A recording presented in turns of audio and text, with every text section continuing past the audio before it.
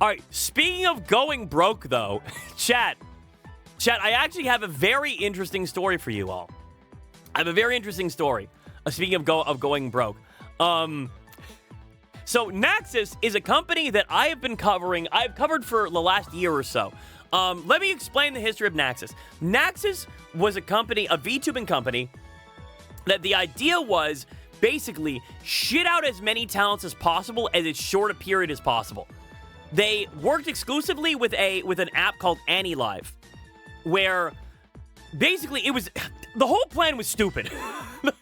The plan was dumb. The plan was very dumb from day one. The idea was that they had an app that was in beta that you couldn't even download on the Apple App Store, and you could only actually I think it was you could download it on for Android or Apple, but you had to basically get a development version of it through their website. You couldn't get it through the app stores, and they debuted dozens upon dozens, and they had plans to debut hundreds of talents only exclusively streaming on this app, which on this app, by the way, you could not stream video games.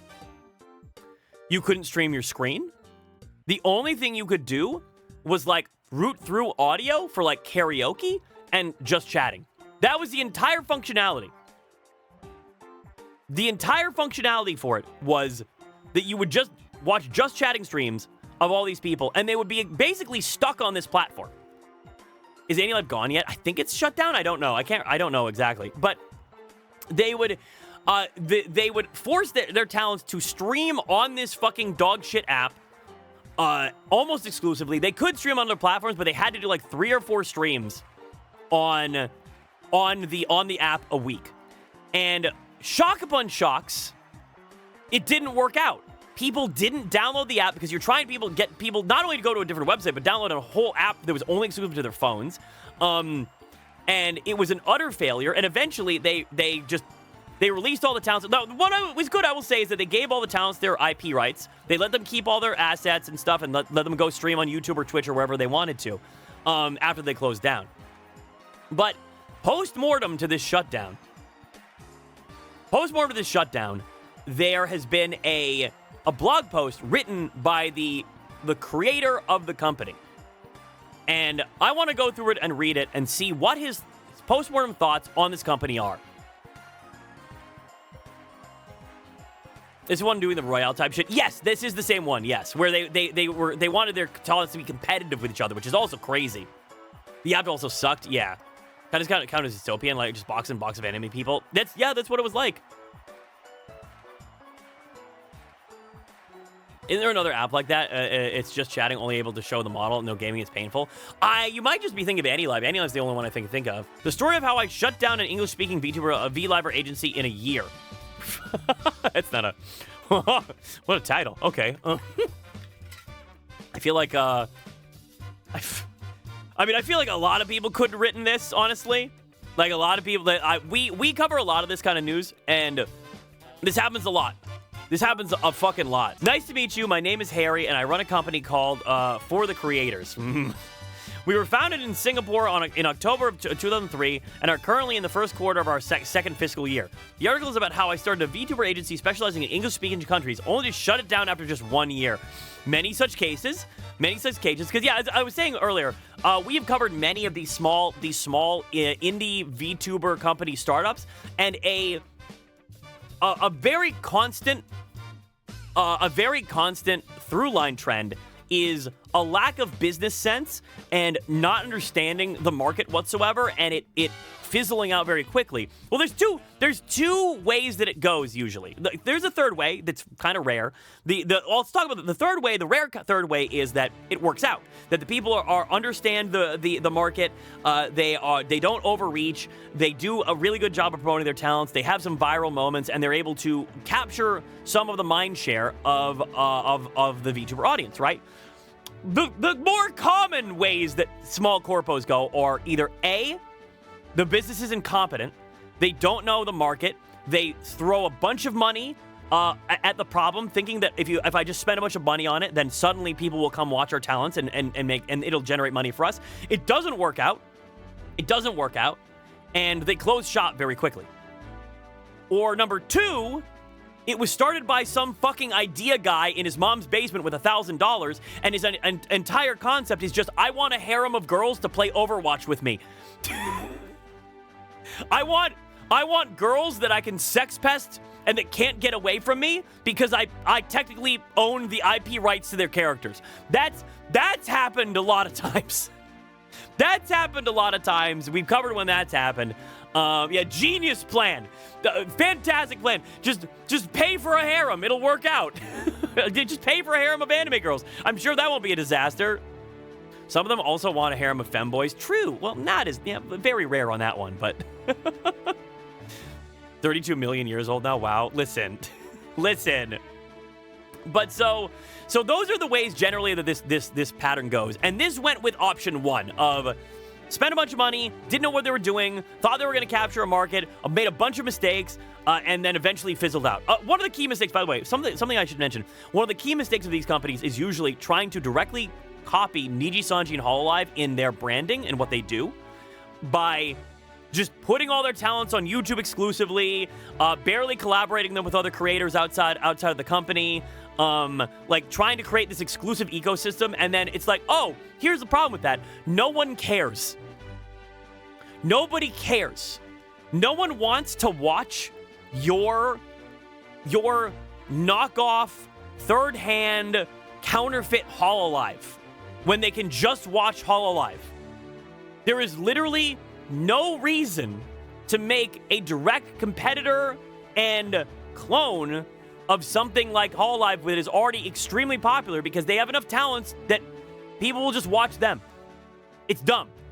It's especially dumb to not stream on Twitch, where like 90% of indie VTubing is on Twitch. This is where we are. This is where the audience is. This is where people will actually find you through the tags and recommendations and through the search function of looking for specific games. And the raid system is huge. Being able to find people through raids and go back and forth between different creators. Many of you have found me through a raid, right? Like, you found me because you got raided in at some point. Or I raided someone else that you know. Like, there's so many things about Twitch that are very important for the success of indie VTubing, and companies are just brain broken and dumb, and they think they're all going to be Hololive. And that's what happened here. They thought, honestly, even more arrogantly, not only that they were going to be Hololive, but they were going to be able to be Hololive and draw people to a new app, which is crazy. Hollywood has, what, 16 people more than you can watch? I think it's more than that now at this point. I found you on Foot Finder. I usually find people 80% through raids, 20% through what the fuck is this PFE in the sidebar? Yeah, exactly. Okay, so continuing on, though.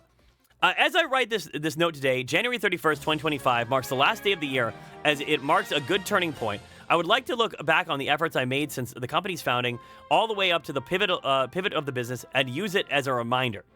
The title sounds aggressive, but is not a heroic tale at all. I have many regrets about how many failures I made, so I have written this frankly from my perspective, with the hope that it will be helpful to someone. Please read if you were a failure teacher. I hope you understand. I get what he's saying here. He's trying to, like, help people not make the same mistakes as him. I hate to break this to you, man, though. This is not going to work. This is not going to work. There are still going to be people who jump into the market and try to do this shit over and over again. It's been happening for 5 fucking straight years of companies popping up and closing, popping up and closing, popping up and closing, and it'll keep happening because people are arrogant and they think that it's easy money. It's not. Streaming in general isn't easy money. It's not something that just happens. You don't suddenly just become a streamer and then you're making enough money to live. I've streamed for 4 years straight. I am like 2 months away from my 4-year anniversary, chat. And do you know how much money I make on average? At this point, I am very lucky to say that I make enough to pay my basic bills and can potentially, we'll see, I got fired from my full-time job, but I could potentially ride this out and do full-time streaming now. But that was like almost half a decade worth of work that I put into that, of hours and hours, thousands of hours of streaming. I've streamed for nearly 5,000 hours in the last 5 years. I mean, 4 years. Like, That's not easy. That's not something that just happens. I found you through a Sharpie message written by a glory hole in a truck's top bathroom that said, for a good time watch me at twitch.tv/ArthurRabbit. True.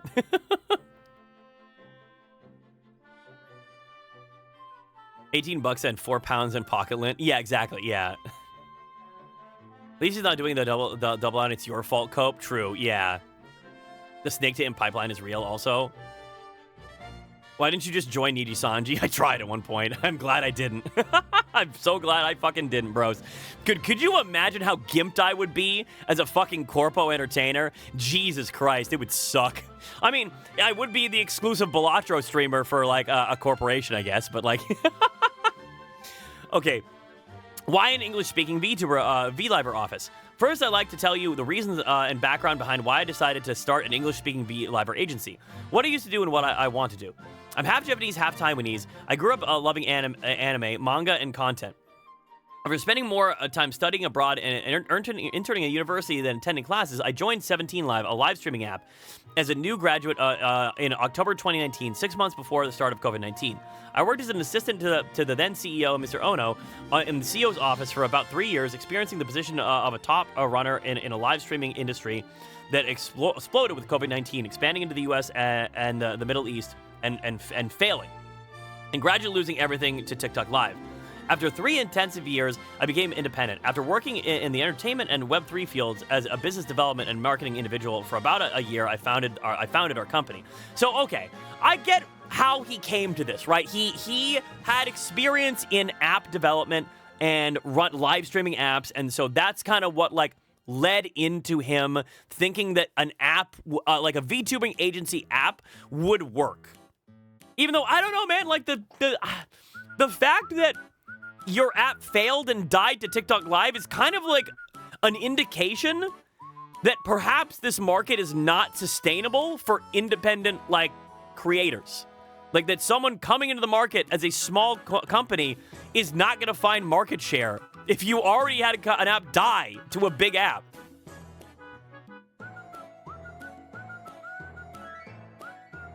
Web3 means NFT bullshit, right? Yeah, Web3, it's NFT, crypto bullshit. Yeah.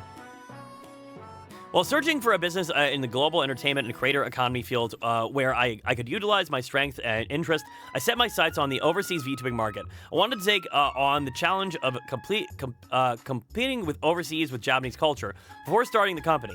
I traveled to anime conventions in Southeast Asia and North America, making appointments to meet with the presidents of our local VTuber agencies and others. As I listened to what the market had to say, I came up with some hypotheses. Initial hypotheses and objectives. Oh boy, okay, all right. Well, a gap of several years between Japan and the global market VTubers are one of the few new cultures originating from Japan. I don't know what he means by that. I mean, let's see what he means by this. While a big trend started in Japan and has spread all over the world thanks to cover in any color, I felt that there was a slight gap in the market phase. The current state of Japan is an image of an overseas market in a few years, about 3 to 4 years later. Isn't this one of the few areas where reverse time machine management can be realized? I don't know what he means by that. I don't know what he means by that. That sounds like corpo bullshit speak to me. Like, what do you mean that, like, there's a market? I think this is him just trying to convince himself that there is a market desire for what he wanted to sell.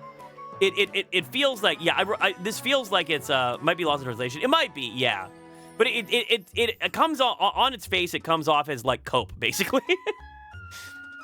The wave of the long tail is coming. When I talk to various overseas V-related people, everyone says that YouTube and Twitch are saturated and there are too many competitors. But there's no other place to go. In Japan, platforms such as Reality and IRAM are the destination beyond that. But overseas are still they're still in the early stages. Reality has already exploited in North America, but when I talk to distributors, there is a challenge that they want to become VTubers, but making an avatar in North America is quite expensive. Local illustrators are more than twice the price range of Japan, so it's impossible. In Japan, there are options to make avatars as cheaply as you want on Kugna and Booth, but there is no place like that. I felt like we're in the long tail era. Okay, I think I understand what he's saying here. I understand what he's saying here. Like, the point that he's making here is that he thought that there was the room in the market for a new option, like for something else because of how saturated. Which is ironic considering his business plan was to literally saturate his own app with VTubers, but he's basically saying that Twitch and YouTube are too saturated to gain market share, which I will say is completely ridiculous. That is an absurd statement that does not understand the basic realities of networking. Like, these people just don't, I don't know, people just think they can just be on an island and just, like, find an audience. That's not how it works. Like, that's not how it works. You need to, like, know people. You need to meet people. You need to shake hands, kiss babies, make friends. Like, you have to, you can't just, like, start a stream and just get popular out of nowhere. That's not how it works. It's never how it's worked in streaming, really. Like, how many, even some of the biggest streamers in the world got big just based on their own merits, just based on viral clips? It's not many. It is some, but it's not many. A lot of people had other extenuating factors. XQC was a Overwatch pro who interacted in the Overwatch scene and got very big because people are like heard about him getting banned, and it's because other people talked about that, right? Let's see. Who else? Iron Mouse had a massive network of other creators that she knew and interacted with that got her to the point she's at, right? Atrioc knows tons of other streamers. He's friends with Ludwig. He's friends with Charlie. He's friends with all kinds of other people. Like, these things matter. These things matter. Like, the connections you make matter. You can't just fucking start a stream and get popular. It's not a thing. Also sounds to me like his idea is that being indie is being behind in VTubing. Yes, I think that's part of his thesis, is that as an indie VTuber, you are basically behind, which is technically correct, but not really. If he's saying that I might be able to copy what others did, like I took a time machine, that might be it, yeah. I think he wanted to skip a couple years of development in VTubing by importing from Japan. Yeah, and another point that he's making in point 2 also is that he's talking about price differentiation, right? He's talking about the cost of goods, where you can pay less for more in Japan than you would in other places, which, I mean, technically from a business sense, that's true, but I'll be real with you, chat. The majority of artists and riggers in America are charging exactly what they should be charging. Now, that's not to say there aren't people who are overcharging out the fucking ass. There are some people who are actually crazy. For 20 hours of work, they want to charge you $10,000. Those people can suck my ass. That is ridiculous. Like, I don't care what pedigree you have. I don't care what kind of prestige. I don't care. That is exorbitant. You are actually ripping people off when you are charging them equivalently $500 fucking dollars an hour. That's ridiculous. Like, that's stupid. No. It doesn't matter how good your specialized skill. People with specialized skills in America that, like, work on some of the most important infrastructures in the goddamn country don't get paid that amount. Like, that's a Raytheon contractor doesn't get paid that amount. That's crazy. Like, the technology is still young. It can get way more sophisticated too. Yeah. He's saying Japan a year ahead of VTubing trends, so maybe a time machine. He's saying he wants to preemptively bring those trends to America, which is not true, by the way. I'll be very frank on this. I think that is a ridiculous thought process. Japan is not ahead of us. They were ahead of us, but now we are at parity. I would actually argue that the West is doing more with VTubing than Japan is at this point, where Japan has kind of stagnated in the ideas, and they're just kind of, in a lot of ways, doing the same things. I mean, I don't know what the indie scene is like, obviously, because I'm not Japanese. I only know what the big mainstream of Japanese VTubing is like. But, like, what we're doing in America with VTubing is advancing the tech so much farther. Like, fucking, dude, it takes cover years to get some of these girls a 3D model, when most people in the indies have a 3D model within a year. Like, Rissa literally has a 3D model that works right now. Like, it's just, I don't know. I find this idea that Japan is far ahead of the US and other countries in the VTubing scene, like in trends, silly. It's very silly. What do you mean? You don't think you have a pressure to play a video game as awesome and based? Japanese VTubers make me feel like I'm watching anime Teletubbies sometimes. Yeah. Using competitive logic of business in its collaborative environment of streaming. Yeah, dude, it's a big problem, right? Like, you don't, streaming is not competitive. No matter what any, like, mentally ill people will try to tell you, streaming is not competitive. It is collaborative. It is 100% collaborative at every stage, at every step of the way. It's not fucking, there are millions of viewers, millions upon millions and millions of viewers, and they are not choosing between streamers based on some competitive edge. They're choosing between streamers based on the content they want to see that day. People don't watch one streamer exclusively. It's not how it works. People watch a ton of different streamers. You guys watch a ton of different streamers. Hell, you probably have a tab. Show of hands. Who here has another tab open of another streamer right now? Like right now, you have another tab open. Maybe you don't have it muted, but you are actively watching another streamer, and maybe you're switching between the two. Did you just say at every stake and not every step? Shut up. I only watch Simba. I only watch Baka. Not me. One. I do. I'm on mobile. I usually do. I'm not me. I'm on mobile. I have 5 tabs. They're all just Arthur. My sniffer is at least 32 other places always. Yes. Well, no, just you right now. I'm not a cheater like you. If I wasn't on mobile, I would be. And stream is basically pricing intermediate. Yeah. I don't have another stream open, but I do have a video open on the side. Yeah, exactly. I do what Fido says. Father's on to me. That's not no. Hold on. Calm down. That's not a bad thing. That's not a bad thing that you have multiple tabs open. Don't ever let a streamer tell you that it is. If a streamer, this is a legitimate, like, I'm actually calling this out, chat. Clip this shit. If a streamer ever tells you that they're upset that you're watching other people or flipping between streams and not exclusively watching them, unfollow them and never watch them again. That person is insane. That person is crazy. That is not normal behavior. That is crazy person behavior. Do not put up with that. Ever. Ever. That is manipulative, it's predatory, and it's creepy. Bad. Very bad. That would overstimulate me very quickly, listening to multiple streams at once. I have 100% tabs open. It's a problem. I have 3 open tabs, all members of Wolf. Aw, that's very nice. I'm meant to be working right now. You're on my phone while a whole other tab is on my laptop. He gets a good clip of her saying, basically, I know I'm second monitor content, so based. Yeah, exactly. That is ridiculous behavior. It's insane behavior. I do wonder how many tabs it takes before you don't count as a viewer, if that's a thing. That is a thing, yes. I believe it is over 3 tabs. If you have over 3 streams open, it's like 3 or 4. It's one of the two. It's either more than 3 or more than 4 streams open, you no longer count as a viewer on Twitch. It's not tabs. It's just like specific tabs of Twitch. Because they have bot mitigation where if someone has a ton of streams open, they just count you as a bot and assume that you're not a person, and then they don't count your view on anybody's streams.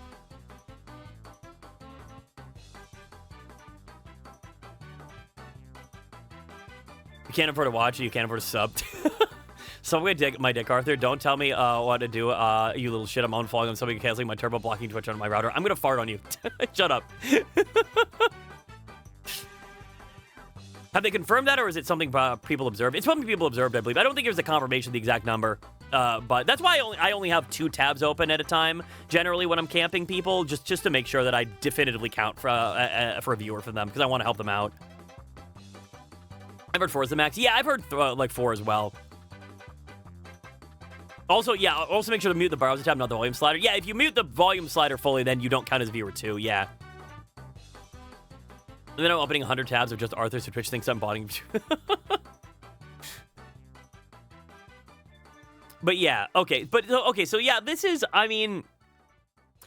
Yeah, I don't know. His strategy is like, I see how this fucking fell apart. I'll be real with you guys. Like, okay.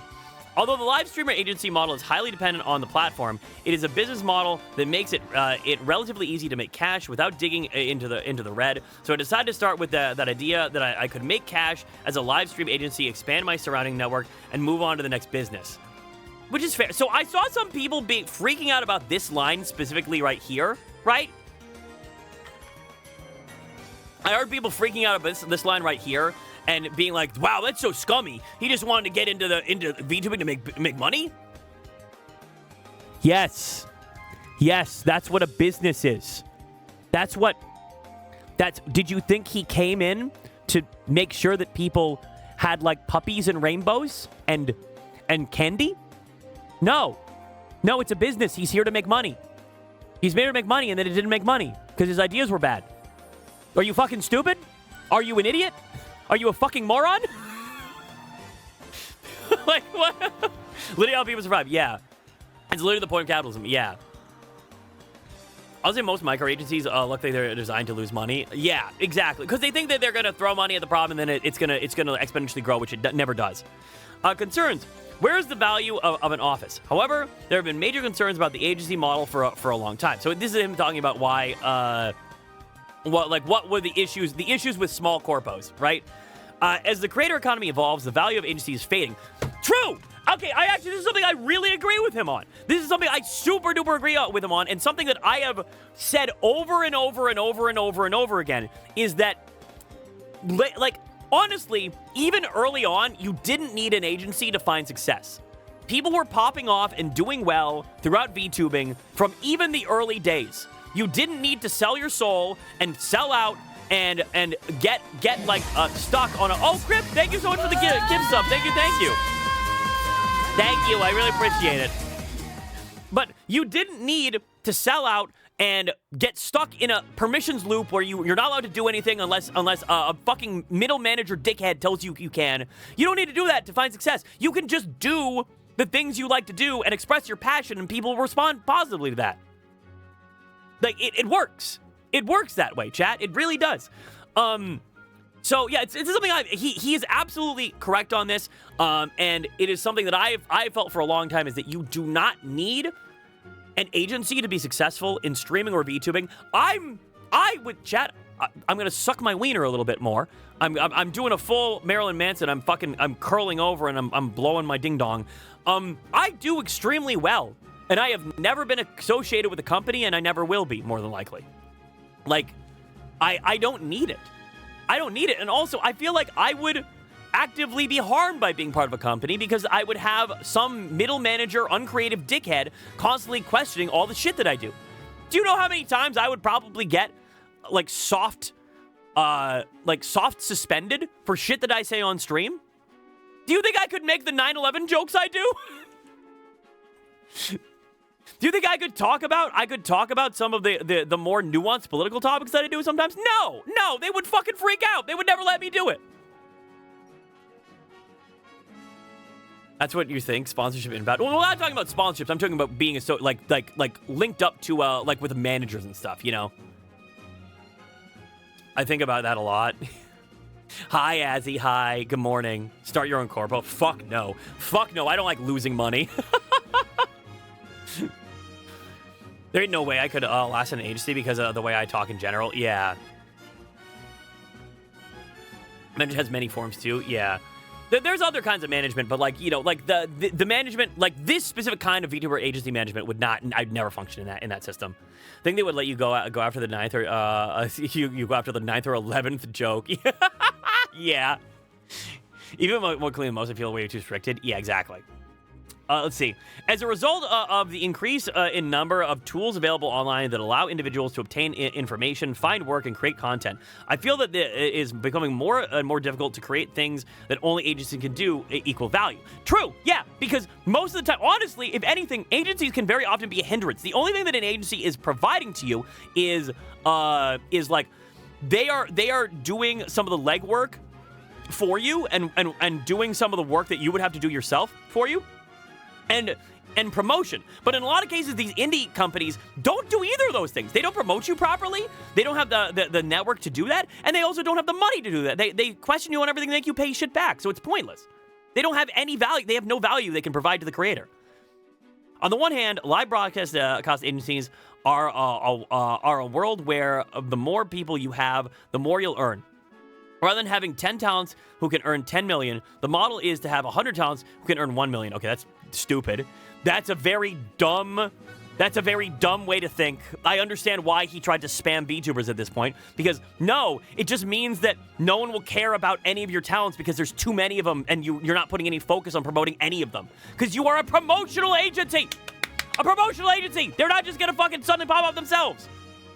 At 17 Live, where I used to work, I saw many agencies that were only in name management. In reality, they were just taking fees without being close to the talent. I strongly felt that I never wanted to be such an exploitative state. But you still shit out a million times. I mean, okay, listen, I'll give the benefit of the doubt on this, because he did give all of these talents, all these people, all their IP rights, and let them do what they wanted with them after the company folded. So he's not a bad person. He's not a bad guy. He's not like a scumbag. But like, this is a little incompetent, though. Yeah, so I didn't want to be exploitative, but on the other hand, it is difficult to provide comprehensive support at such a large scale. Since the amount of money earned per talent is not high, the management costs per person are necessarily low, and they need to be low. But at that point, you're not actually like really managing anybody, right? You're not really managing anybody at all.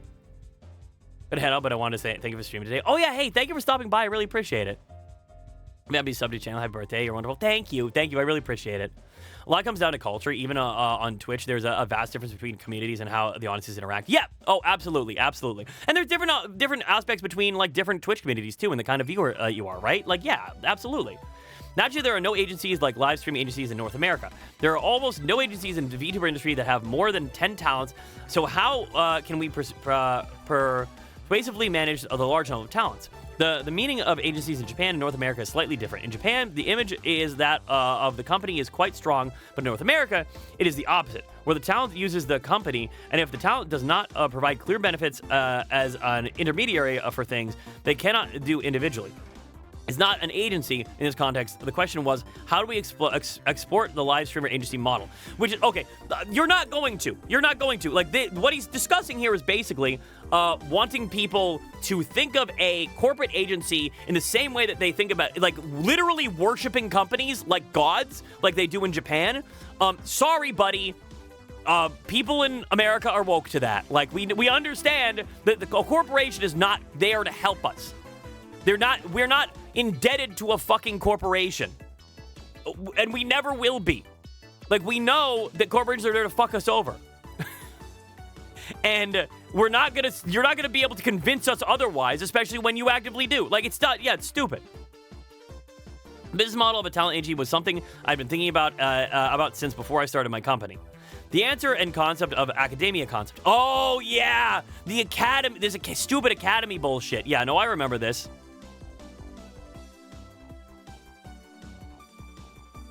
We have those kind of Hall Ninja fans here too, but those people are a niche. Those are not the majority. We're inverse in Japan, where the majority of people worship corporations as gods, and if a corporation says that someone's stinky poo-poo, then most of those people are going to support that person over the company, no matter what the situation is. Whereas they're opposite in America, right? There will always be corpo bootlickers, no matter where you go. But the answer to the academia concept. In the midst of all this, we came up with the academia model. A place like a school where people who want to become VTubers and aim to join an agency like Hirokama, the My Hero Academy, can gather, learn from each other, and compete with each other. That's great. That was a crazy, stupid idea. Like, this is moronic. Like, okay, chat. These people, none of these people know anything about streaming. These are all fresh new streamers that you're hiring. How are they going to learn from each other? What are they learning? There's no experts here. I hate companies. Yeah. Let's see. We offer regular lectures, common assets, and incentives such as bonuses. And on one hand, we invite talents to join us under the premise that there will be almost no management of individuals. A place like a school where people who want to become VTubers gather, learn from each other, and compete with each other. They provide incentives such as regular lectures, common assets. Oh wait, this is just a copy of the same statement that was up there. Give them a small notepad and fill in with "don't do this." Yeah. This is like when Sears pitted their internal product divisions against each other. Yeah, it's the same idea. It's a horrible, horrible fucking plan. Our academia will be the launch pad for the next generation of VTubers, and we'll start our careers based on new smartphone distribution apps, not on platforms like YouTube or Twitch. Such a bad idea, such a bad plan. Because you can't garner an audience like this. And talents, by the way, the average viewership on this platform, they had I think 100 talents when the app closed down. The average viewership was like 5 people per person. Like, None of these people were able to garner. I mean, that's 5 viewers is fine, but it's not fine if you're trying to run a company and you're trying to make money, right? Like, or you're trying to live off it or be a professional VTuber. It's not fine for that. Let's see. Achieve results will transfer by so-called talent agencies that will provide them with more management resources, and they will become top stars on multiple platforms.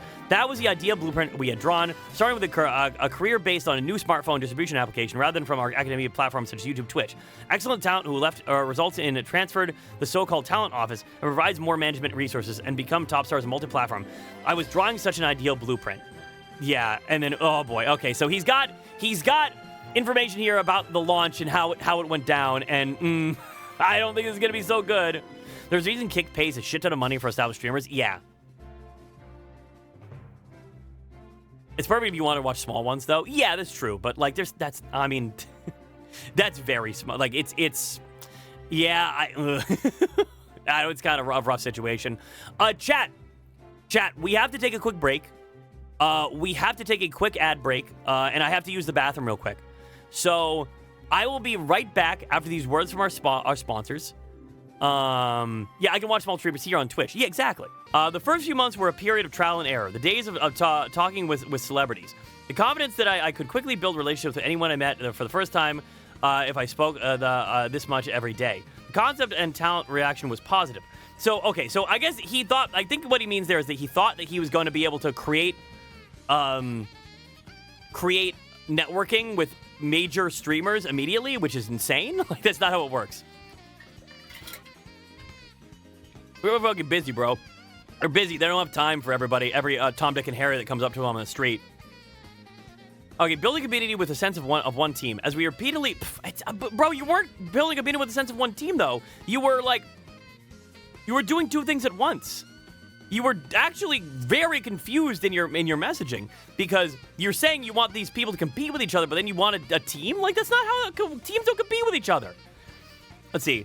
As we repeatedly introduced ourselves, introduced our concept, and pitched to join as talents, all of the talents were positive about the concept of Nexas and being able to connect with talents who share the same aspiration and creative community. Although it depended on the differences in the needs of the talents.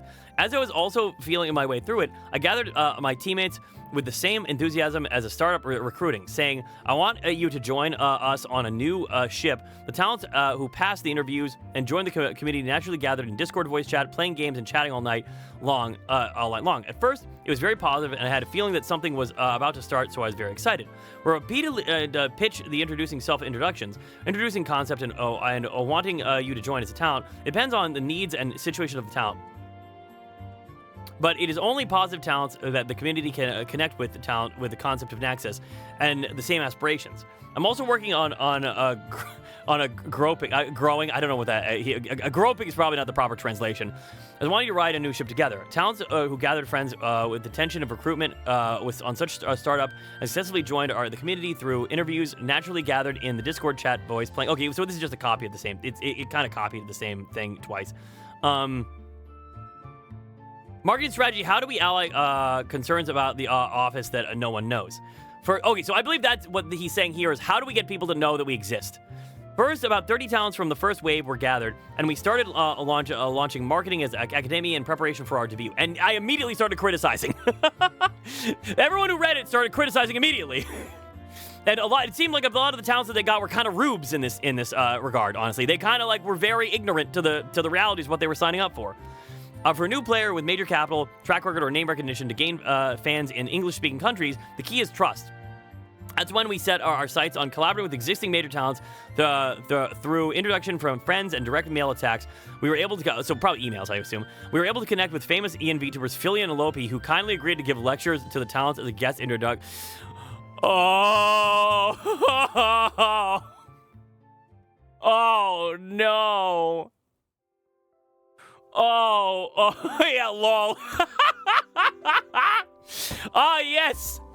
The person that you definitely want advice from as a creator in the Vtubing space. Fillion.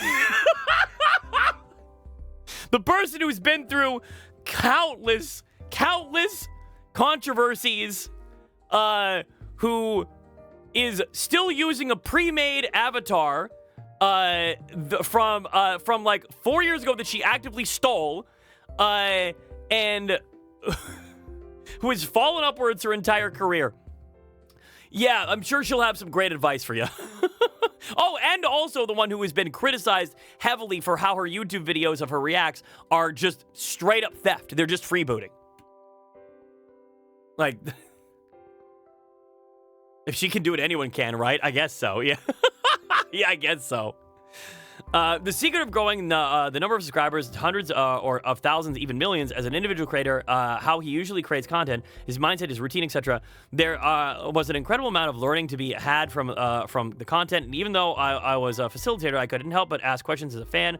I can't thank them enough. I can't be grateful enough. And that's fair. I'm glad that they actually like. I criticize the choice of an individual, but if they felt they learned something, then I guess they did. The Great Fire and its aftermath. With everything prepared, just as the debut stream was fast approaching, it happened. We were so confident that we could finally unveil what we had been prepping for so long, including the academy concept and the schedule for debuting 27 members in 3 days. What a fucking stupid idea. What a dumb goddamn idea. What a moronic idea. The amount of toxic positivity that was probably flowing through this company at this moment is actually crazy. 27 fucking debuts in 3 days on an obscure app that you have to download from their website that's not even in an app store? Are you fucking morons? Like, holy shit. We then posted it and we were bombarded with anti-comments, a storm of anti-comments. Okay, that's... Okay, alright. Okay, maybe this guy is completely ignorant to reality. These weren't anti-comments, dumbass. They were people criticizing your stupid fucking idea. Because it's dumb. It's fucking dumb. Yeah, you debut 27 talents in 3 days on an alpha fucking app? You are setting them up for failure immediately. Like, look at this goddamn chart, Chad. Look at this goddamn thing. Look at this. This is insane.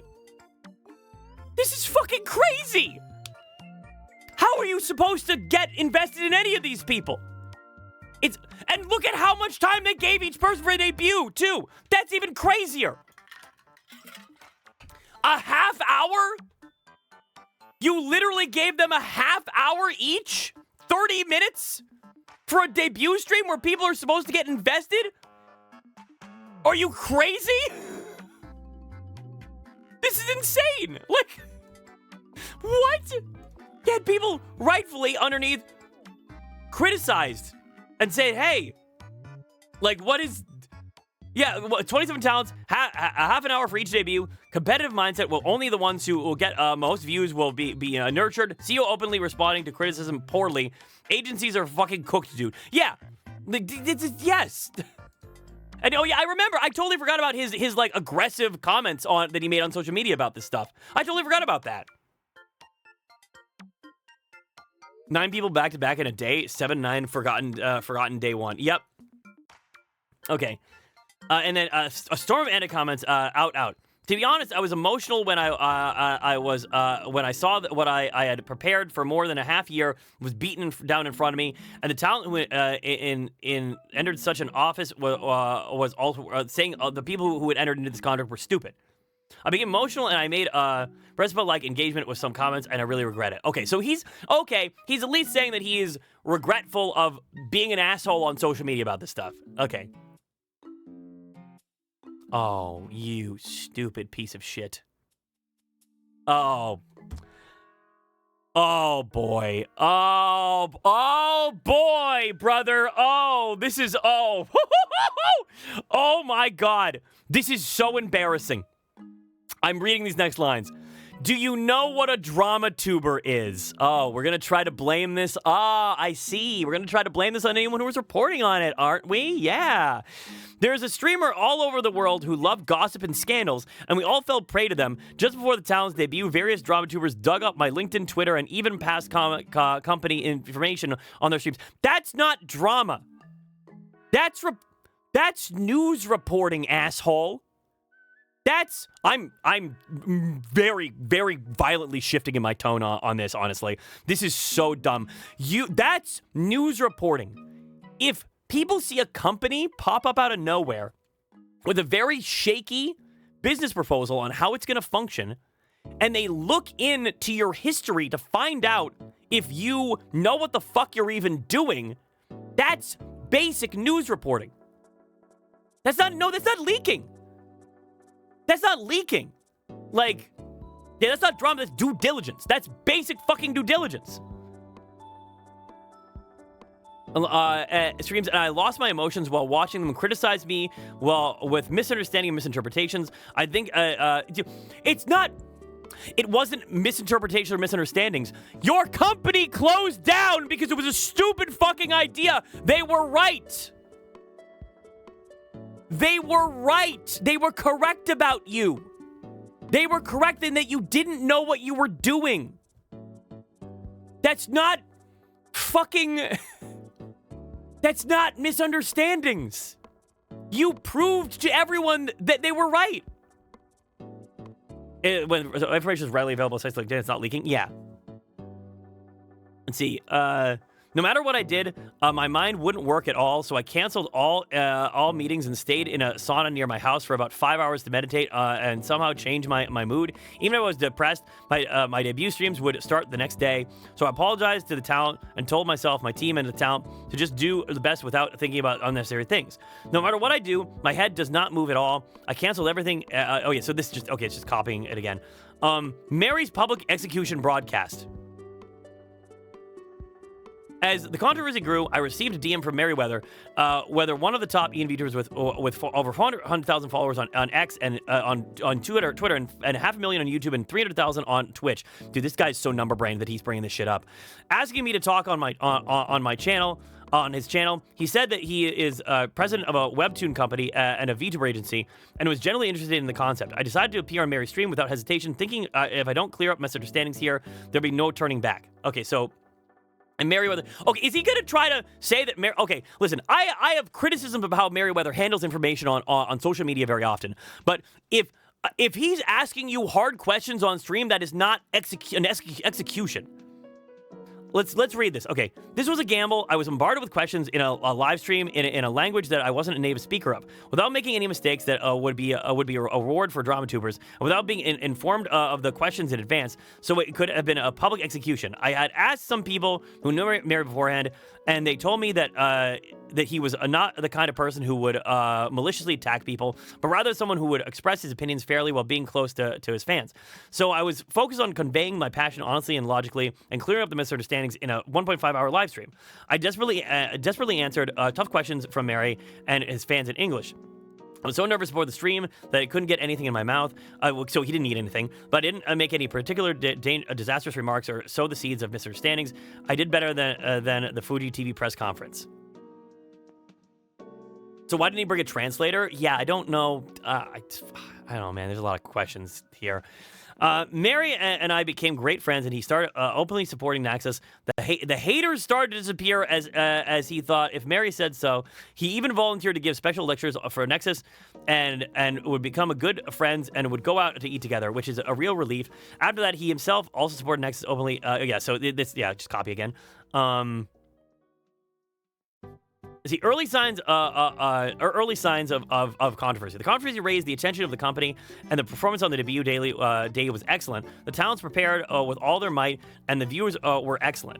At that time, the affiliate programs. So, I have a criticism. I think this is a lie. I talked to the Nexas people at Offkai this year after the debuts, and I got hard numbers for them. And they told me the average viewership on the debuts was 10 to 15 people. And that, like, maybe a few hundred people were on the app at one time. That's not amazing, like, traction. He's just actively lying here. Like, yeah, no, it did not go well. We're actually an agency. Like, last time I checked it, more of a me and my friends I type thing. Well, it's kind of an agency, kind of not. Yeah, like what they do is sort of an agency. Let's see.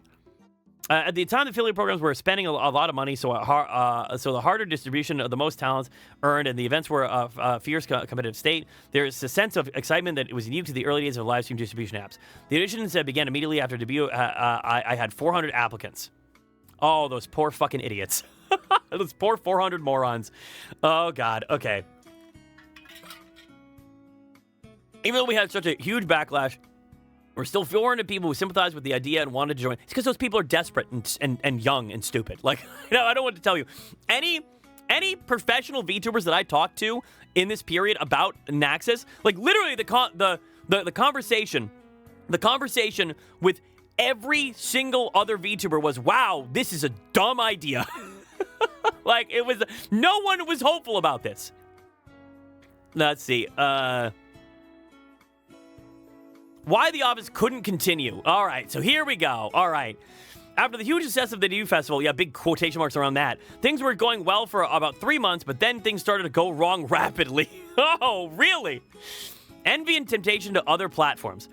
As the negativity between the talents from there, if you start to loosen the restrictions little by little, the talents will naturally shift to fun people. As a result, the main battleground became vague. Okay, I don't know what he means by that. I think what he means by that is that talents started becoming weird, and they also started to wish they were on different platforms, basically.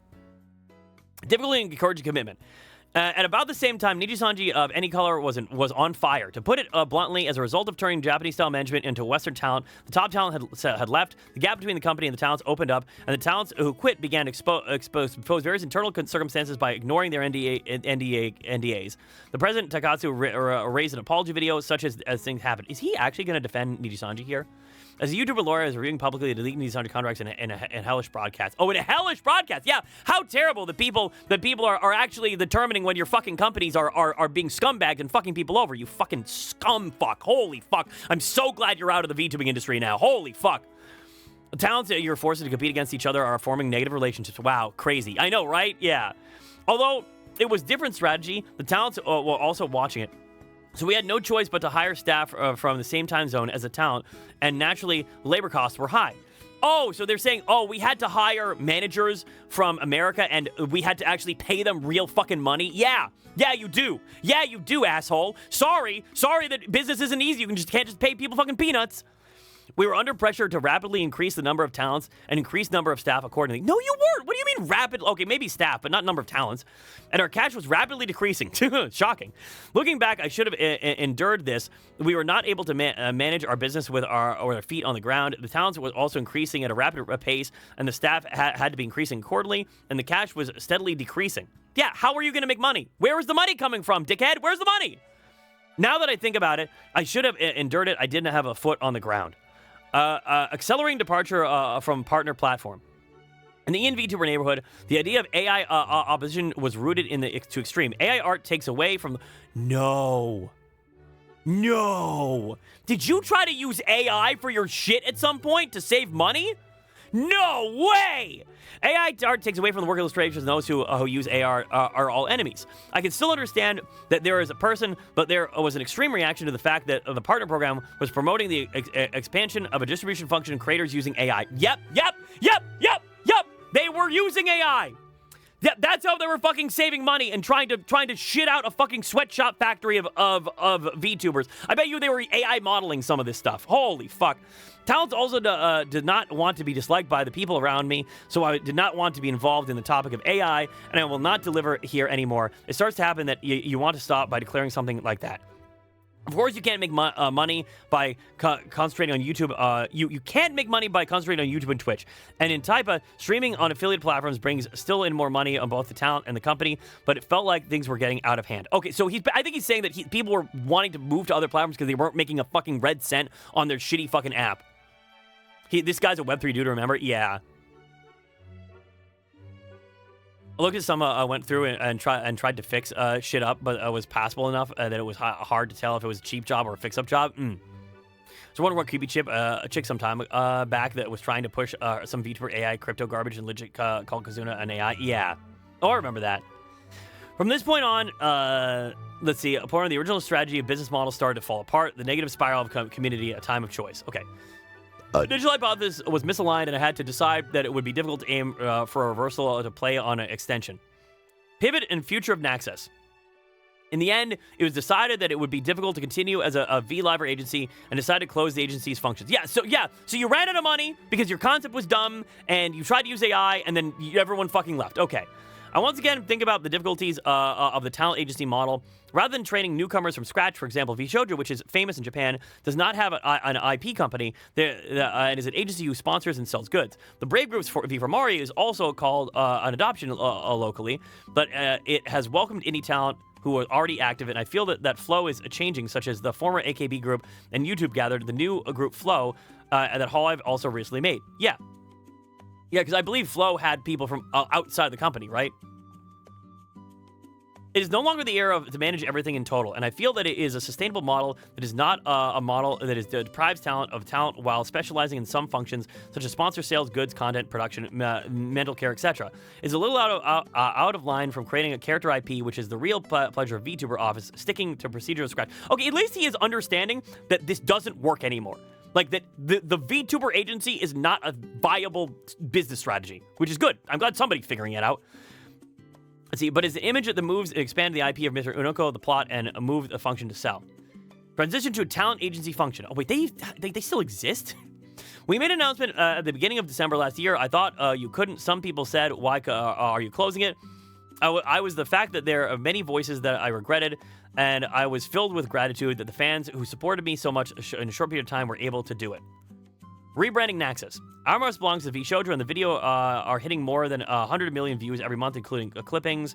My vision now is establishing... So I don't know why he included that. That's weird. Okay, whatever. My vision now is to establish such a position as Nexus, connecting creator with opportunities. Oh! So, okay, I see what he's doing. He is pivoting into a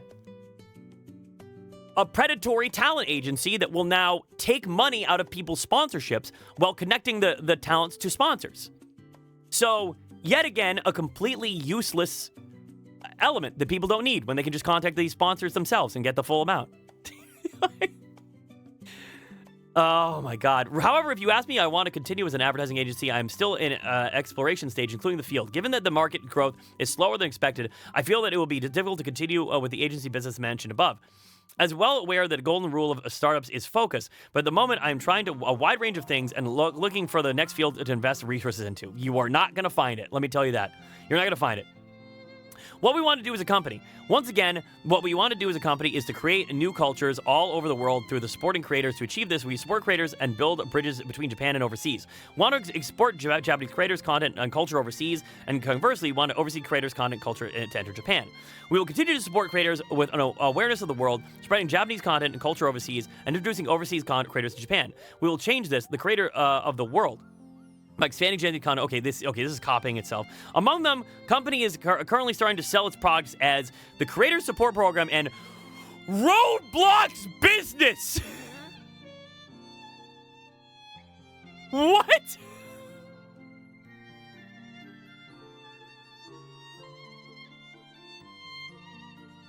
Roadblocks Business? What the fuck? Okay, there's a part of the article on it. We can read this. Holy fuck. The Creator Support Program. Our Creator Support business has begun working on two vectors mentioned above. First, we want to help Japanese content creators achieve overseas and English-speaking creators advance in the Japanese market. We're still experimenting in this area, but we are fortunate to share knowledge with these members and have experience with Miami List and Tokyo Otaku Mode, as well as members that work influence overseas and hope to provide this kind of support that only we can provide. Also starting a Roblox business. I think they're building land in the metaverse. I just bought land in the metaverse. This is so stupid. Also, hey Don, welcome in. I'm working with a 21-year-old entrepreneur, young partner I met in Malaysia, where I live, to develop solutions to spread IP within Roblox. Dude, this guy's so desperate, it's crazy.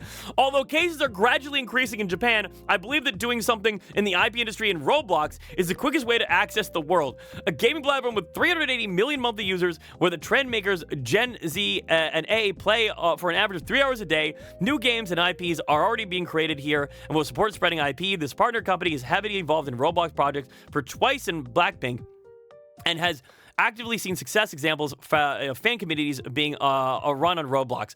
Not only music artists, but many huge IPs such as One Piece and Attack on Titan have also started to move recently, and it seems that a clear difference trend is coming from the metaverse marketing that existed a few years ago.